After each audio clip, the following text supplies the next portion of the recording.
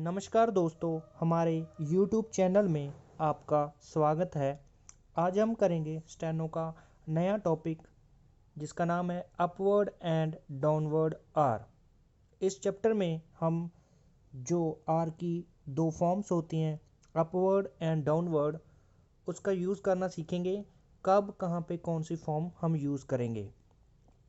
इससे पहले वाली वीडियो में हमने किया था चैप्टर द एस्पिरेट, जिसमें हमने एच की जो डिफरेंट फॉर्म्स होती हैं उनको यूज़ करना सीखा था। अगर आपने वो वाला वीडियो नहीं देखा तो पहले आप वो वाला वीडियो देख लें, क्योंकि मैं हर वीडियो में बताता हूँ कि ये जो टॉपिक हैं वो एक दूसरे से इंटर रिलेटेड हैं।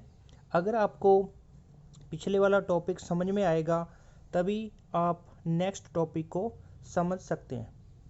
तो बढ़ते हैं टॉपिक की तरफ।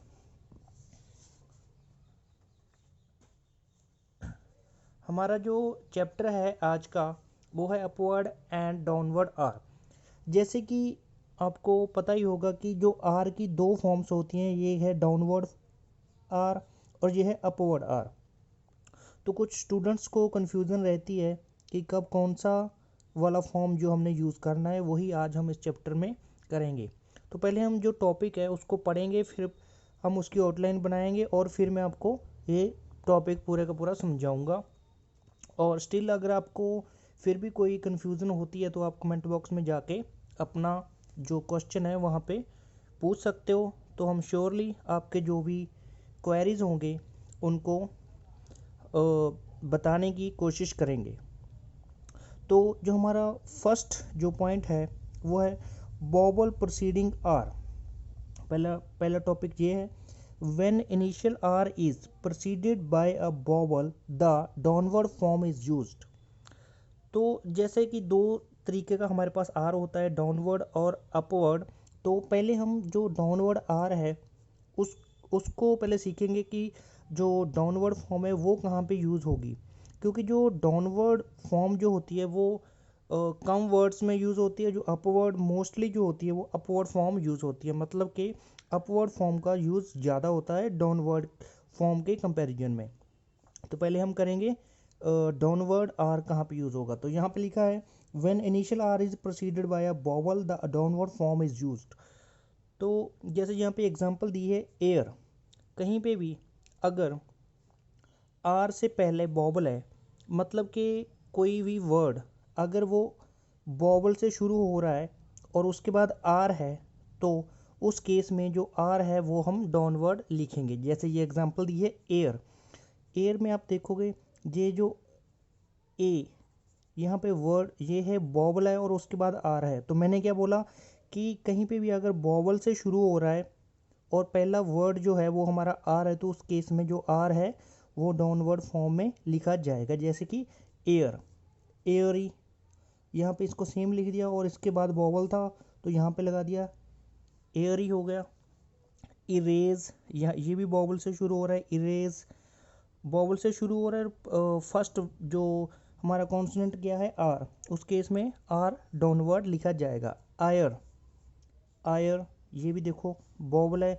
यहाँ पे मैं वोवल बोल रहा हूँ तो आपको यहाँ पे कंसीडर करना है, मैं बार बार अलग अलग चीज़ नहीं बोलूँगा। जैसे यहाँ पे डिप्थोंग लगा हुआ है, वोवल, डिप्थोंग, ट्राइफोन, इसमें से कोई भी जो भी कोई फॉर्म आएगी उसको मैं एक ही वर्ड से रिप्रेजेंट करूँगा, वोवल। मैं बोलूँगा वोवल। अगर कोई ट्राइफोन आता है या फिर डिप्थोंग आता है या वोवल आता है आर से पहले और वो वोवल से शुरू हो रहा है, तो उस केस में हम आर को डाउनवर्ड लिखेंगे। जैसे यहाँ पे सिर्फ एक वोवल है और यहाँ पे डिप्थोंग है आई वाला। आयर, आयरिश, ऑर्फ, यहाँ पे भी देखो वोवल, वोवल से शुरू हो रहा है, आर आ रहा है और उसके बाद ये बी आ रहा है। तो इस केस में हम देखेंगे कि ये वोवल से शुरू होके आर आ रहा है। कोई भी वर्ड जो वोवल से शुरू हो और उसके बाद आर है तो उस केस में आर डाउनवर्ड लिखा जाएगा। और दूसरा जो हमारा नेक्स्ट टॉपिक है, initial R followed by M is always written downward because of the easier outline. और दूसरा जो टॉपिक है, अगर कहीं पे भी अगर एम वर्ड आता है और एम से पहले आर आता है, या फिर ये कह लो आर के बाद अगर एम आता है तो उस केस में आर जो है वो हमेशा डाउनवर्ड ही लिखा जाएगा। जैसे ये वर्ड है रोम, रोम, हम इसको अगर कहें कि इसको हम ऐसे लिखें, ये लिखना थोड़ा डिफ़िकल्ट है, ये इजीली लिखा जाएगा। ये देखो आराम से यहाँ पे हाथ चलता है, रोम। ये है रैम, रैम, अगर इसको ऐसे लिखें तो यहाँ पे हमारा हाथ रुक जाता है और यहाँ पे इजीली लिखा जाता है। ठीक है, तो इस अगर कहीं पे भी एम से पहले अगर आर आता है तो आर डाउनवर्ड लिखा जाएगा। तो हमारे पास दो केस हैं। पहला केस अगर वॉवल से शुरू हो रहा है उसके बाद आ रहा है तो डाउनवर्ड लिखा जाएगा। दूसरा केस क्या है, अगर जो एम है, एम से पहले आर आता है तो उस केस में आर जो है डाउनवर्ड लिखा जाएगा। सिर्फ ये दो ही केस हैं यहाँ पे आर को हम डाउनवर्ड लिख सकते हैं। बाकी के जो भी केस हैं कहीं पे भी आर आएगा तो वो मोस्टली जर्नली वो जो आर है उसकी अपवर्ड फॉर्म यूज़ होगी। और जो हमारा थर्ड जो हमारा टॉपिक है, vowel following R. The general rule is to write initial or final R upward when it is followed by a vowel and downward when it is not followed by a vowel। तो इस लाइन का मतलब क्या है, कहीं पे भी अगर आप सिर्फ इतना याद रखो, अगर जो आर है, आर से पहले वोवल आता है तो उस केस में आर जो है वो डाउनवर्ड लिखा जाएगा। अगर आर के बाद वोवल आता है तो उस केस में जो आर है वो अपवर्ड लिखा जाएगा। जैसे कि यहाँ पे हमने एक एग्जांपल कर लेते हैं, वर्ड है रॉब, रॉब। इस आप देखोगे यहाँ पे मैंने इसको आर को अपवर्ड लिखा है और बी डाला है और यहाँ पे वोवल लगाया है। तो मैंने क्या बोला, अगर आर के बाद वोवल आता है तो उस केस में वो अपवर्ड लिखा जाएगा। तो यहाँ पे आप देखो आर के बाद वोवल आ रहा है, आगे कोई वोवल नहीं, तो इस केस में हमने आर को जो अपवर्ड डायरेक्शन में लिख दिया। ऐसे सेम एग्जांपल है बोरो, बोरो, बी को छोड़ो, आप आर को देखो, जो आर है आर के बाद जो वोवल आ रहा है तो उस केस में हमने आर की अपवर्ड फॉर्म यूज़ की है। अभी ऐसा नहीं कि आप बोलोगे यहाँ पे भी वोवल लगा हुआ है, ये वाला जो वोवल है ये बी को लगा हुआ है, आर को नहीं लगा हुआ। आर को तो ये वाला वोवल लगा है, गो वाला, तो ये आर के बाद आ रहा है तो इस केस में हमने इसको अपवर्ड लिखा है। जैसे ये वर्ड है रेनी, रेनी में आप देखोगे आर ए एन ई, रेनी, तो इस केस में हमने जो आर की अपवर्ड फॉर्म यूज़ की है क्योंकि जो वोवल है वो आर के बाद आ रहा है, इसलिए अपवर्ड डायरेक्शन हमने इसकी यूज़ की है। ऐसे ही कैरी, ये सारे एग्जांपल हैं, कैरी आर के बाद वोवल है। अभी यहाँ पे वर्ड है कार, कार, अभी आप देखोगे ये जो आर है ये कार साउंड देखेंगे, आर, आर के बाद कोई भी वोवल की साउंड नहीं है, पहले साउंड है, तो इस केस में हमने आर को डाउनवर्ड लिखा है। मैंने क्या बोला कि जो आर के अगर बाद वोवल है तो अपवर्ड लिखेंगे, यहाँ पे आर के बाद वोवल नहीं है तो इस केस में हम इसको अपवर्ड नहीं लिखेंगे, इस केस में हम इसको लिखेंगे डाउनवर्ड। ये नेक्स्ट वर्ड है फर्रो, तो इस केस में भी हम देखेंगे आर के बाद वोवल आ रहा है, आर के बाद वोवल की साउंड आई है तो हम इसको अपवर्ड डायरेक्शन में लिख दिया। जैसे ये वर्ड है फर, अब देखोगे फर आर लास्ट में आ रहा है तो यहाँ इसके बाद कोई वोवल की साउंड नहीं है, आर के बाद वोवल की साउंड नहीं है तो हम उसको लिखेंगे डाउनवर्ड, यहाँ पे हमने लिख दिया डाउनवर्ड। सॉरी, सॉरी में आर के बाद वोवल की साउंड है तो अपवर्ड लिख दिया। शोर, आर पे आके ख़त्म हो गया, आर के बाद कोई साउंड नहीं है वोवल की तो हमने आर को लिख दिया डाउनवर्ड। तो आपको बस इतना याद रखना है कि अगर आर के बाद वोवल की साउंड आ रही है लास्ट में तो उस केस में आर को हम अपवर्ड लिख देंगे, अगर नहीं आ रही तो हम उसको डाउनवर्ड लिख देंगे। बढ़ते हैं नेक्स्ट टॉपिक की तरफ। ये जो हमने अभी टॉपिक किया उसी के कुछ एग्जांपल्स हैं यहाँ पे। जैसे ये है जैसे ये वर्ड है स्टोरी, स्टोरी आप देखोगे आर के बाद वोवल है अपवर्ड, स्टोर आर के बाद कोई वोवल नहीं है तो डाउनवर्ड। साइरन, साइरन, और आर के बाद मतलब कि साउंड आ रही है एस के बाद आई की और आर और एन, तो यहाँ पे आप देखोगे साइरन आर के बाद एन आ रहा है तो एन की हुक हमने लगा दी इसको अपवर्ड फॉर्म में लिख के। बस आपने यही बात याद रखनी है, अगर आर पे आके बात एंड हो रही है तो डाउनवर्ड, अगर आर के बाद वॉवल आ रहा है तो हमने उसको लिखना है अपवर्ड।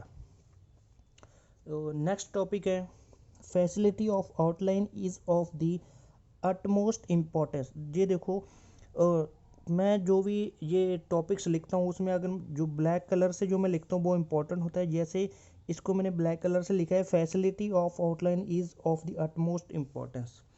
कोई भी हम आउटलाइन बनाएंगे, वर्ड को ज्वाइन करके बनाएंगे, जो हमारे पास आउटलाइन निकल के आएगी वो बहुत इम्पोर्टेंट होती है कि वो इजीली किस किस वे से बनती है। हमने जो ईजियर ज्वाइनिंग होती है उसको हमेशा प्रेफरेंस देनी होती है।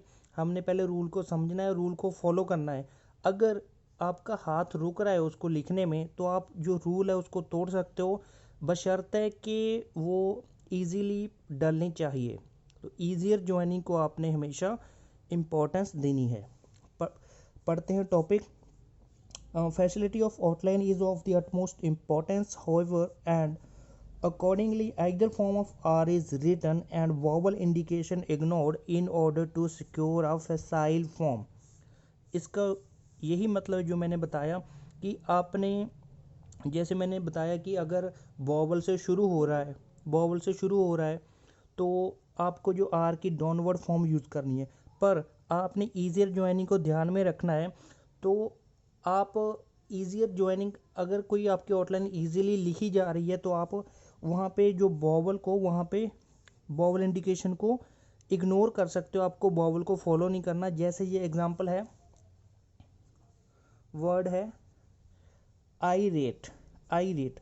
अभी आप बोलोगे कि जो आर है, आर से पहले वॉवल है, जैसे पिछले टॉपिक में हमने किया, अगर आर से पहले वॉवल होता है मतलब वॉवल से स्टार्ट होता है और उसके बाद आर आता है तो उस केस में हमने आर को जो होता है डाउनवर्ड लिखना होता है। पर मैंने यहाँ पे जो आर है उसकी मैंने अपवर्ड फॉर्म यूज़ की है। वो क्यों की है? Because of the easier joining, क्योंकि मैंने यहाँ पे वॉवल को इग्नोर कर दिया, मैंने वॉवल को यहाँ पे फॉलो नहीं किया और मैंने अपवर्ड फॉर्म यूज़ कर लिया। अगर मैं इसको मैंने लिखा है आई रेट, अगर इसको मैं लिखता ऐसे आई रेट, आप देखोगे यहाँ पे जो आउटलाइन अच्छी नहीं बनी और इसमें मेरा हाथ भी रुक रहा है। और हाथ जो होता है वो रुकना नहीं चाहिए, हाथ चलना चाहिए। ईजियर ज्वाइनिंग जहाँ पे भी होती है आप वहाँ पे वॉवल को इग्नोर कर सकते हो, वो वाला आपने नहीं देखना है। ऐसी वर्ड है आर्क, आर्च, आर्च यहाँ पे वर्ड है, यहाँ मैंने अपवर्ड फॉर्म यूज़ की है। अगर मैं यहाँ पे ऐसे इसको लिखता तो यहाँ पे आके मेरा हाथ रुकता, तो यहाँ आप देखोगे ऐसे मैंने लिखा तो यहाँ पे मेरा हाथ नहीं रुका और यहाँ पे आके मेरा हाथ रुक रहा है। तो ईजियर ज्वाइनिंग के चलते ही मैंने इसकी अपवर्ड फॉर्म यूज़ कर ली और जो वॉवल इंडिकेशन को इग्नोर कर दिया। ऐसे ये एग्जांपल हैं। अर्ज, इसमें भी मैंने ऐसे लिख लिया अर्थ और अक्ल, ठीक है। और आपको एक बात का ध्यान रखना है, ये देखो यहाँ पे मैंने इंपॉर्टेंट जो नोट लिखा है, where R is immediately followed by T D chay J इथ के एल, के को एल की हुक, गे गे एल, गे को एल की हुक और डब्ल्यू। अगर इनमें से कोई भी वर्ड आता है टी डी चे जे इथ के एल गे एल और डब्ल्यू, इसके बाद अगर आर आता है तो आपको हमेशा उसकी आर की अपवर्ड फॉर्म यूज़ करनी है। बस इन वर्ड को याद रखें, टी डी चे जे इथ के एल गे एल डब्ल्यू। इनके बाद अगर आर आता है तो आपको अपवर्ड फॉर्म यूज़ करनी है। जैसे ये देखो यहाँ पे वर्ड है आई रेट, आप देखोगे टी, टी है जो टी आर के बाद आ रहा है। मैंने क्या बोला, अगर आर के बाद इनमें से कोई वर्ड आता है तो हम अपवर्ड फॉर्म यूज़ करेंगे। अब देखोगे आर के बाद क्या आ गया, टी, मैंने अपवर्ड फॉर्म यूज़ की। और यहाँ पे चे, आर्च में चे आ गया आर के बाद, तो मैंने, ये है चे, चे के पहले आर आ गया या आर के बाद चे आ गया तो मैं अपवर्ड फॉर्म यूज़ करनी है। ऐसे ही अर्ज, यहाँ पे जे आ गया तो जे से पहले आर आ गया या आर के बाद जे आ गया, एक ही बात है, तो उस केस में हमने आर की अपवर्ड फॉर्म यूज़ की। ऐसे ही इथ, ये वाला यहाँ पे आ गया, अपवर्ड फॉर्म यूज़ की। और अक्ल, के एल की साउंड आ रही है तो यहाँ पे भी मैंने अपवर्ड फॉर्म यूज़ की। बस आपने ये वर्ड को याद कर लेना है। इनसे पहले अगर आर आता है और आर के बाद ये वर्ड आते हैं तो आपको अपवर्ड फॉर्म आर की यूज़ कर लेनी है। तो चलते हैं नेक्स्ट टॉपिक की तरफ। नेक्स्ट है generally the upward form is preferable after 2 down strokes as prepare. यहाँ पे एक एग्जांपल लिखी है, यहाँ पे वर्ड है प्रिपेयर। आपको क्या करना है, जब जैसे कि हमारी लाइन होती है, अगर आर से पहले दो दो अगर डाउन स्ट्रोक आ जाते हैं तो उस केस में हमने आर को अपवर्ड लिख लेना है। जैसे ये वर्ड है प्रीपेयर, अब देखोगे ये भी डाउनवर्ड डायरेक्शन में जा रहा है, जे पी, और यहाँ पे भी पी डाउनवर्ड डायरेक्शन में जा रहा है। दोनों वर्ड क्या हुए, डाउनवर्ड डायरेक्शन में जा रहे हैं इस तरफ। उसके बाद हमने आर को अपवर्ड डायरेक्शन में लिखा। वो इसलिए अगर हम इस आर को भी डाउनवर्ड डायरेक्शन में लिखेंगे तो ये कैसे बनेगा, प्री पेयर। आप देखोगे ये जो आउटलाइन है बहुत ज़्यादा लंबी होगी और नीचे चलेगी। जब हम इस लाइन को छोड़ के हम इस लाइन में काम कर रहे हैं, यहाँ पे हमने प्रिपेयर लिख दिया। जब हम इस लाइन में आएंगे तो ये पूरी की पूरी स्पेस जो ऑक्यूपाई कर ली इस आउटलाइन ने, तो जब हम इस लाइन में आके कुछ लिखेंगे तो ये यहाँ पे एक अड़चन पैदा करेगा और हमें लिखने में मुश्किल होगी। इसलिए हम इसको अपवर्ड डायरेक्शन में लिख सकते हैं, प्रीपेयर। तो आप देखोगे यहाँ पे हमारे पास स्पेस जो नीचे बच गई, तो हम यहाँ पे इजीली कुछ भी लिख सकते हैं। ठीक है, ऐसी एग्जांपल है ट्रैम्पलर। ट्रैम्पलर यहाँ पे भी सेम केस है, पी को एल की हुक लगाई और आर जो है मैंने अपवर्ड डायरेक्शन में लिख दिया। अगर इसको डाउनवर्ड डायरेक्शन में लिखता तो यहाँ पे आता, तो फिर ये यहाँ पे जो नेक्स्ट हम लाइन जो लिखते तो वहाँ पे इसको लिखने में प्रॉब्लम होती, इसलिए इसको अपवर्ड डायरेक्शन में लिखा है। जैसे ये एग्जांपल है शेक्सपियर, ये भी सेम है, पी के बाद अगर आर लिखते तो यहाँ पे आता, फिर वही प्रॉब्लम आती। और दूसरी प्रॉब्लम इसमें ये होती है कि जब हम यहाँ पे लिख रहे हैं, यहाँ से लिख के यहाँ पे आ गए और यहाँ से आके फिर हमने वहाँ पे आना है, तो इसमें टाइम वेस्ट होता है। जबकि जब हमने यहाँ पे लिख के यहाँ पे आ गए, यहाँ से यहाँ आना, वो उसमें जो टाइम कंज्यूमिंग कम होती है। और आपको सुनने में थोड़ा अजीब लगता होगा यहाँ से यहाँ आने में और यहाँ से यहाँ आने में कितना टाइम लगा, कुछ सेकंड के ही लगा। पर जो शॉर्ट हैंड होती है ना, उसमें एक एक सेकंड की भी बहुत ज़्यादा वैल्यू होती है, क्योंकि यहाँ से यहाँ आने में टाइम वेस्ट होगा और जो हम जितना हम पास पास रहेंगे उतना हम ज़्यादा वर्ड लिख पाएंगे और उतना ही हमारी जो सक्सेस रेट होती है वो बढ़ जाती है। इसको पूरे को पढ़ लेते हैं, मैंने समझा दिया, फिर भी पूरा जो लिखा है वो पढ़ लेते हैं ताकि आपको क्लियर हो जाए। Generally the upward form is preferable after 2 down strokes as prepare, templar, Shakespeare, ये एग्जांपल्स हैं। Because the hand is there by carried back to the line of writing. आप देखोगे जैसे कि वही बात है, अगर हम यहाँ पे आ गए, यहाँ से हमने बैक यहाँ पे आना है तो इसमें टाइम कंज्यूमिंग होता है।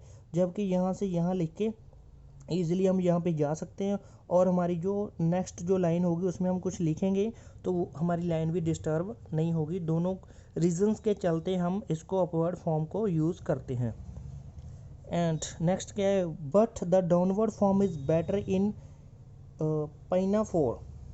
यहाँ पे कुछ वर्ड लिखे हुए हैं, जैसे वर्ड है पाइनाफोर, शफलर। तो इन केसेस में देखो हमने बोला था अभी यहाँ पे टॉपिक हमने किया था कि अगर दो डाउन स्ट्रोक हैं तो उसके बाद आर आ रहा है तो उस केस में हम आर को अपवर्ड लिखेंगे। यहीं पे हमने ये टॉपिक किया। और इस टॉपिक में क्या बोल रहा है कि आप देखोगे ये एफ जो है डाउन स्ट्रोक है, इसके बाद आर आ रहा है, आर जो आ रहा है तो हमें यहाँ पे इसको अपवर्ड डायरेक्शन में लिखना था पर हमने नहीं लिखा, हमने इसको डाउनवर्ड डायरेक्शन में लिखा। उसका रीज़न है ईजियर ज्वाइनिंग। अगर अब देखो आप कोई भी आउटलाइन बना रहे हो, शॉर्ट हैंड में कुछ भी लिख रहे हो, तो उस केस में जो आपका हाथ है वो हाथ नहीं रुकना चाहिए, हाथ आपका चलना चाहिए। तो अगर मैं इसको पाइना फोर को अगर मैं लिखता हूँ पाई ना फो, यहाँ पे आके मेरा हाथ रुक गया और मैंने अपवर्ड जो आर डाला, तो ऐसा नहीं होना चाहिए। हमें क्या करना होता है कि हाथ हमारा चलना चाहिए। जैसे ये मैंने लिखा पाइना फोर, देखो यहाँ पे इजीली मेरा जो हाथ नीचे चला गया। तो आपके पास इतना याद रखना है, अगर एफ और वी के बाद अगर आर आता है तो आपको आर को जो है डाउनवर्ड डायरेक्शन में लिख देना है। जैसे कि यहाँ पे पाइनाफोर, एफ के बाद आर की साउंड आ रही है तो डाउनवर्ड, शफलर तो एफ के बाद आर आ रहा है तो डाउनवर्ड। ऐसे ही अगर वी के बाद भी आर आएगा, लास्ट में आर आ रहा है, तो उस केस में हम उसको डाउनवर्ड फॉर्म में लिख देंगे बिकॉज ऑफ ईजियर ज्वाइनिंग। इस बात को आपने हमेशा याद रखना है, आपको सारे रूल वो फॉलो करने हैं, उनको समझना है। पर जहाँ पे बात आ जाती है ईजियर ज्वाइनिंग की, तो आप वहाँ पे ईजियर ज्वाइनिंग के चलते वो रूल को तोड़ सकते हो। आपका जो हाथ है वो नहीं रुकना चाहिए। बढ़ते हैं नेक्स्ट टॉपिक की तरफ।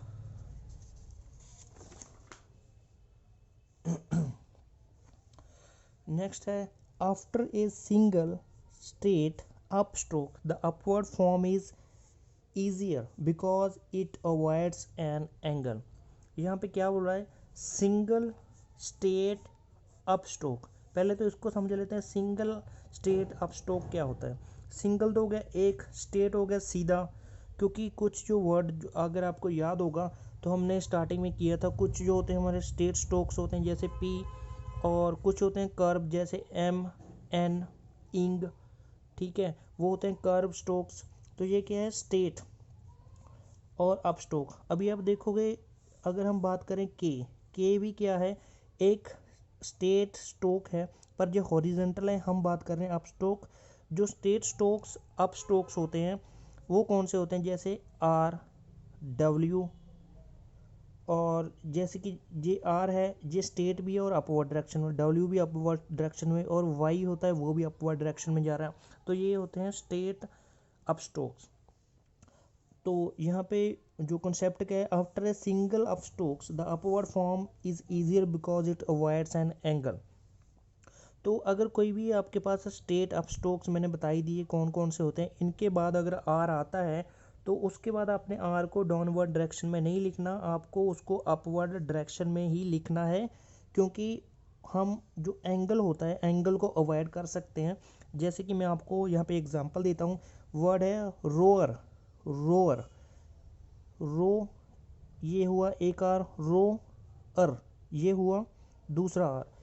तो मैंने दोनों आर को दोनों, पहली बात तो ये कि ये जो आर है ये स्ट्रेट अप स्ट्रोक है, इसके बाद आर को मैंने अपवर्ड लिखा है। अगर मैं इसको ये वाला जो आर है इसको डाउनवर्ड फॉर्म लिख देता तो कैसे लिखता, ऐसे। तो आप देखोगे यहाँ पे एक एंगल बन गया। एंगल बनाने के लिए हमें जो टाइम बहुत ज़्यादा कंज्यूम होता है, अगर मैं इसको सीधा ऐसे लिख दूँ तो इसमें टाइम कम कंज्यूम हुआ है। इसीलिए हमने इस एंगल को अवॉइड करने के लिए, ताकि हमारा जो टाइम है वो यहाँ पे वेस्ट ना हो, हम सीधा सीधा इसको लिख सकें, तो यहाँ पे हमने अपवर्ड फॉर्म यूज़ की है। ऐसी नेक्स्ट वर्ड है अवेयर, इसमें भी ये डब्ल्यू है और ये आर है। डब्ल्यू क्या है, डब्ल्यू एक अप स्ट्रोक है, सिंगल अप स्ट्रोक है, इसके बाद हमने आर लिखा तो अपवर्ड डायरेक्शन में लिखा। ऐसे ही ये वाई से शुरू हो रहा है व्योर, तो इसमें भी हमने जो ये भी आर इसके बाद जो आया है इसका हमने अपवर्ड फॉर्म इसकी हमने यूज़ की है।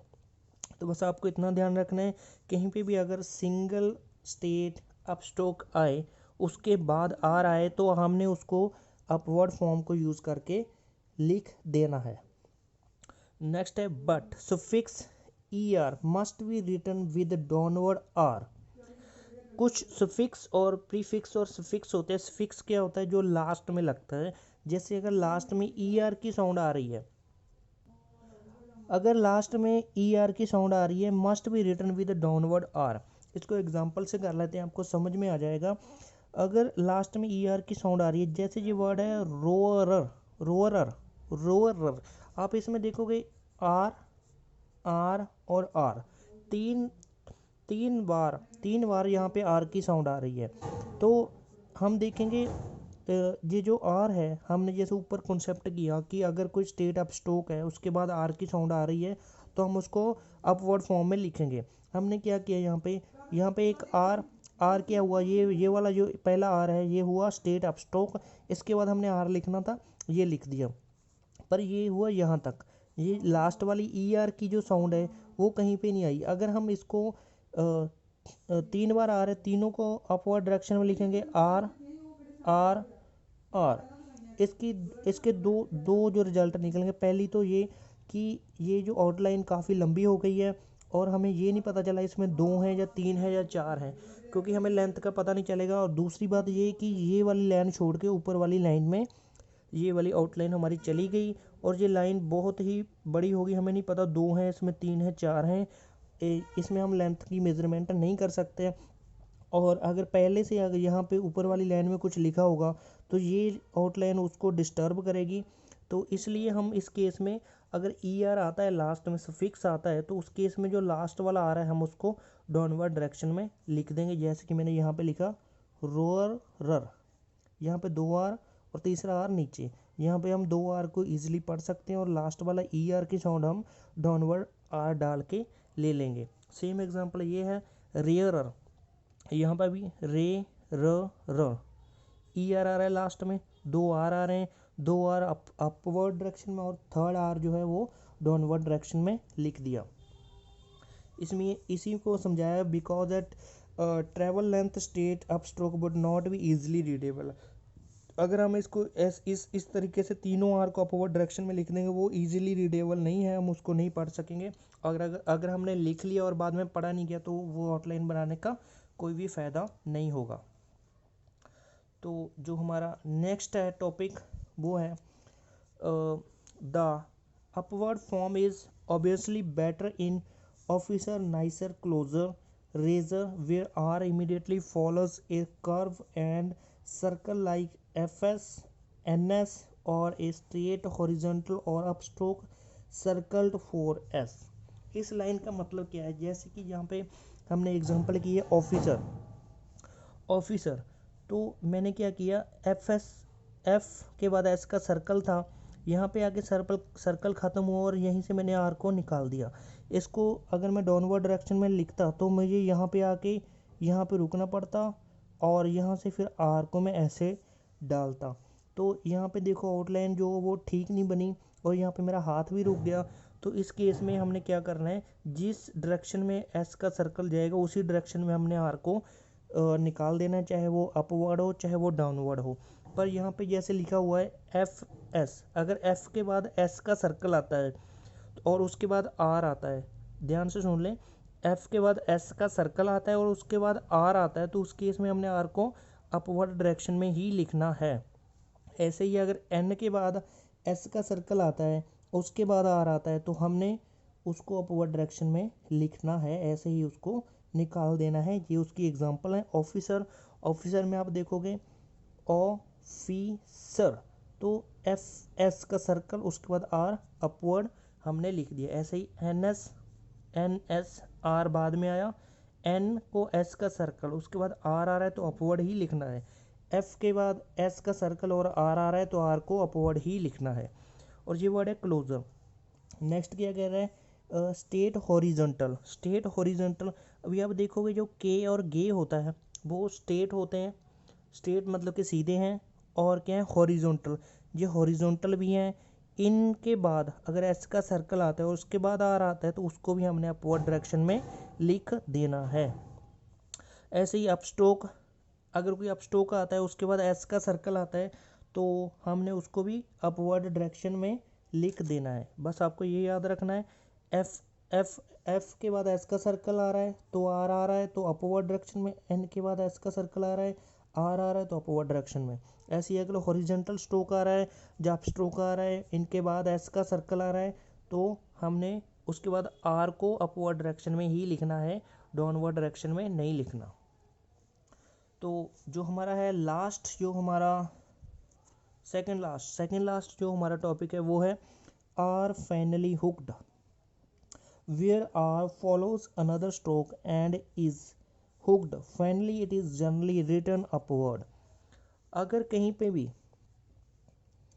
किसी स्ट्रोक के बाद आर आता है और आर के जो आर मतलब कि लास्ट में आ रहा है, किसी स्ट्रोक के बाद में आ रहा है और उसके बाद उसको जो लास्ट में है फाइनल हुक्स, जैसे मैंने आपको बताया था, एक होते हैं स्टार्टिंग में होती है हुक, जैसे पी और एल की हुक होती है, एक फाइनल हुक होती है एफ की हुक, एन की हुक और शन की हुक, वो होती हैं फाइनल हुक्स। एफ और वी की हुक वो भी हमारी फाइनल हुक होती है। अगर कोई भी फाइनल में कोई हुक लग रही है और उससे पहले आर है, मतलब कि आर के बाद कोई फाइनल हुक है, तो उस केस में जो आर होता है वो अपवर्ड डायरेक्शन में लिखा जाएगा। हम इसको एग्जांपल से समझ लेते हैं। वर्ड है स्पर्म।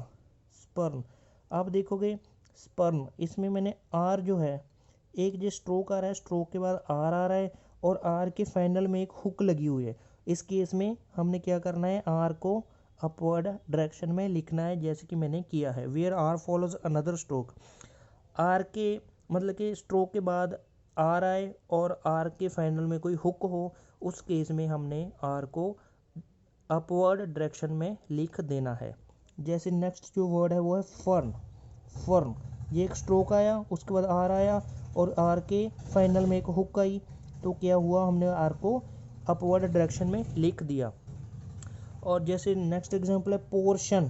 पोर्शन, यहाँ पे शन की हुक लग गई, शन की हुक है, एन की हुक है और वी की हुक है, कोई भी हुक है वो अगर फाइनल हुक है आर को लग रही है तो आर, और आर से पहले स्ट्रोक है तो उस केस में आर अपवर्ड डायरेक्शन में लिखा जाएगा।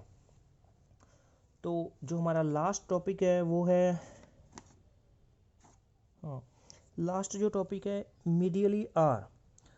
Medial R is generally written upward. जैसे कि कुछ वर्ड्स होते हैं, अगर दो स्ट्रोक्स के बीचों बीच अगर आर आ गया तो उस केस में आर वो जो अपवर्ड डायरेक्शन में ही लिखा जाएगा। जैसे एग्जांपल है पार्क, पार्क। अब देखोगे कि पी एक स्ट्रोक है, के एक स्ट्रोक है और इनके मिडल में क्या आ गया, आर, तो आर हमने कैसे लिख दिया, अपवर्ड डायरेक्शन में। पार्सनिप, पार्सनिप, अब देखोगे एन एक स्ट्रोक है, पी एक स्ट्रोक है, इनके बीच में क्या आ गया, आर, आर को हमने लिख दिया अपवर्ड डायरेक्शन में। ऐसे ही वर्ड है टेरिफाई। टेरिफाई, टी एक वर्ड है, एफ एक वर्ड है, इनके बीच में आर आ गया तो हमने उसको लिख दिया अपवर्ड डायरेक्शन में। मार्क, मार्क, के एक स्ट्रोक है, एम भी एक स्ट्रोक है, इनके बीच में आर आ गया तो हमने लिख दिया अपवर्ड डायरेक्शन में। बस आपको इतना याद रखना है, कहीं पे भी दो स्ट्रोक आए और उनके बीच में आर आए तो आर को हमने लिख देना है अपवर्ड डायरेक्शन में। जैसे ये वर्ड है रोरड, रोरड, ठीक है, यहाँ पे भी ये एक आर एक स्ट्रोक है, ये एक डी एक स्ट्रोक है, बीच में आर आ गया और वो अपवर्ड डायरेक्शन में लिखा गया। और यहाँ पे क्या कह रहे हैं, बट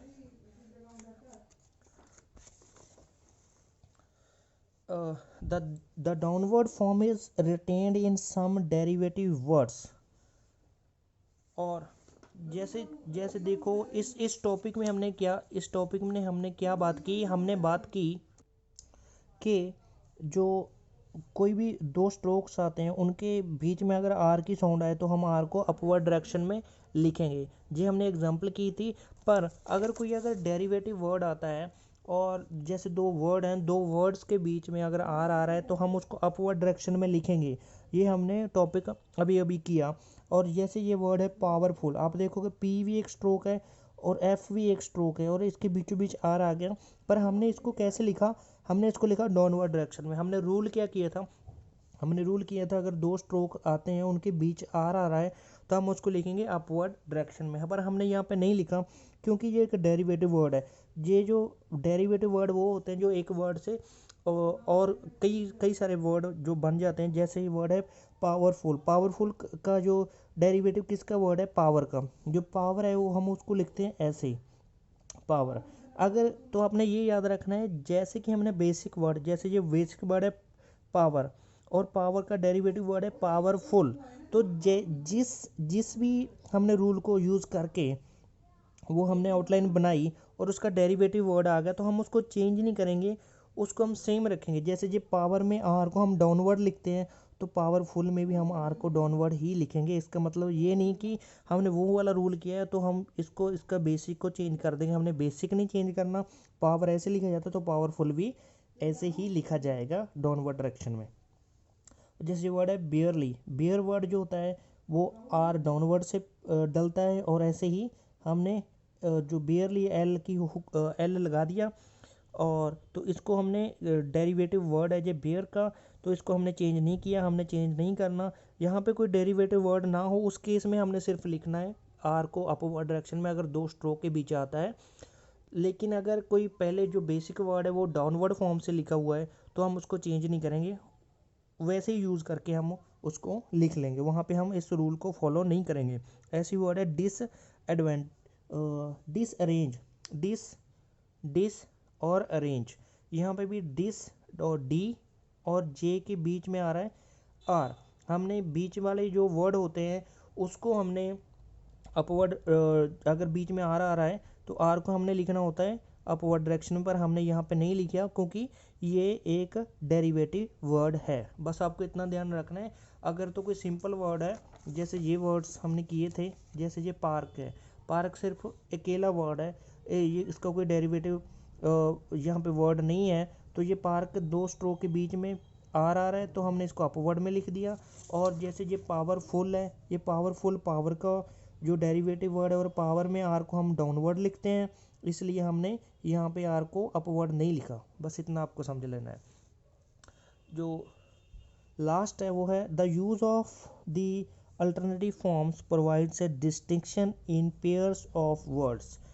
तो हम देखते हैं कि जो कुछ वर्ड्स होते हैं उनमें कन्फ्यूज़न ना हो, इसलिए हम उसकी जो आर की जो डिफरेंट फॉर्म्स को हम यूज़ कर सकते हैं। जैसे ये वर्ड है क्लर्क, इसको मैं लिख रहा हूँ ऐसे, के एल की हुक आर और के, क्लर्क। और ऐसे ही ये वर्ड है क्लैरिक, तो क्लैरिक में भी आप देखोगे अगर मैं इसको लिखता हूँ तो आप देखोगे ये तो दोनों सेम डाल के, तो हम इसमें डिस्टिंक्शन कैसे करेंगे कि ये क्लर्क है या क्लैरिक है। तो इन दोनों, ये दोनों दिखने में सेम ना लगे, हम बिना वॉवल के भी इसको पढ़ सकें, वैसा करने के लिए हम क्या करते हैं, एक में हम जो आर की फॉर्म है वो डाउनवर्ड यूज़ कर लेंगे और एक में हम अपवर्ड कर लेंगे। जैसे ये क्लर्क को ऐसे लिख देंगे और क्लैरिक को क्लैरिक, इसको हम नहीं लिखेंगे, ऐसे लिखेंगे, क्लैरिक को ऐसे लिखेंगे और क्लर्क को ऐसे लिखेंगे। वो इसलिए ताकि हम इनमें डिफ्रेंशिएट कर सकें, देखते सारी हम इसको कर सकें। तो क्लर्क को ऐसे लिख दिया और क्लैरिक को ऐसे लिख दिया। तो बस यहीं पे जो है हमारा टॉपिक जो समाप्त होता है। तो होप सो कि आपको समझ में आ गया होगा। अगर फिर भी आपका कोई डाउट है तो आप हमें कमेंट बॉक्स में जाके लिख सकते हैं और हम आपको उस जो भी आपकी प्रॉब्लम होगी, जो भी आपका डाउट होगा, हम उसको ज़रूर क्लैरिफाई करने की कोशिश करेंगे। तो आज के लिए इतना ही, मिलते हैं नेक्स्ट वीडियो में नेक्स्ट टॉपिक के साथ। Thank you very much.